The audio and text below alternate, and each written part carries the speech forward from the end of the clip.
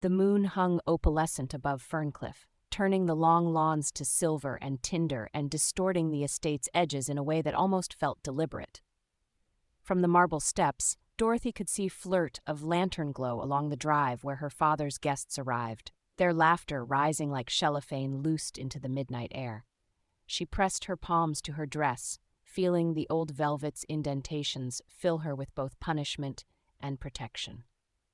Ferncliff was alive tonight, with people Dorothy barely knew, but had studied from the landings between staircases, reading their gestures as if they were stage directions in a favorite play. She noticed the cars pulling up, engines ticking, drivers flicking hats from brow to hand.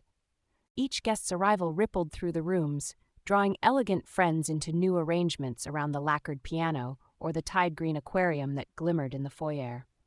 Somewhere, someone played a foxtrot that Dorothy felt in her ribs before she heard the first true note. It was electricity wound tight inside her chest, then released. She had not wanted to come downstairs, but she had done it, drawn by the somehow private invitation in the blend of sound and perfume that drifted upward. Her father, distracted by business partners and governess-leveled whiskey, would not miss her. No one would notice if she vanished amid the laughter, but Dorothy's curiosity eclipsed her dread, as it so often did. By the grand window, she watched the garden bloom with movement, women's hems trailing over the clipped grass, men flicking open silver cigarette cases.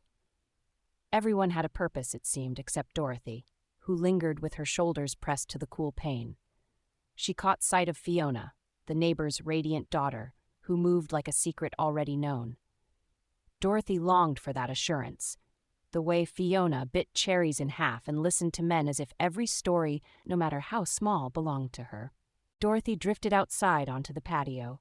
The night was velvet and surprising in its quiet. Only the muffled band and the songs of cicadas filled the dark spaces. She clutched the banister, eyes darting nervously.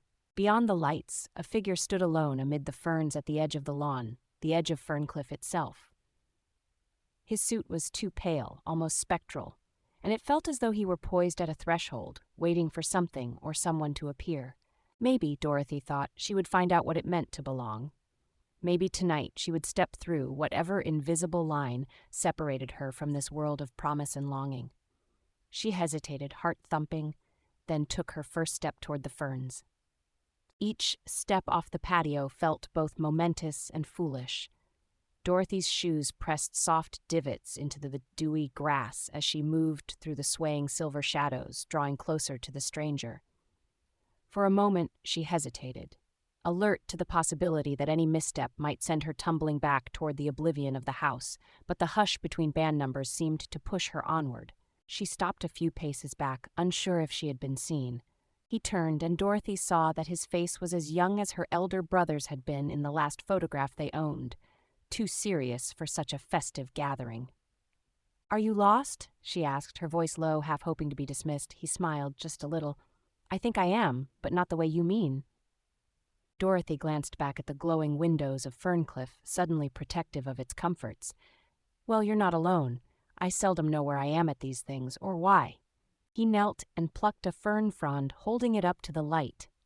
"It's easier out here," he said, "where it's quiet and nobody expects you to prove something."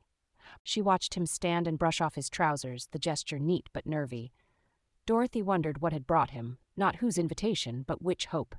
She found her own answer forming in the cool air between them. "Would you rather talk then, or just listen?" "Maybe both." His eyes searched hers. "Dorothy, isn't it?" She startled, then remembered her father, who introduced everyone by first name only, as if titles and surnames were weights best left inside. It was another reason the house was always a little less hers than she wished. "I'm called Dorothy," she said. "And you?" "Frances." She nodded, feeling the tension uncoil, thin and bright as early morning.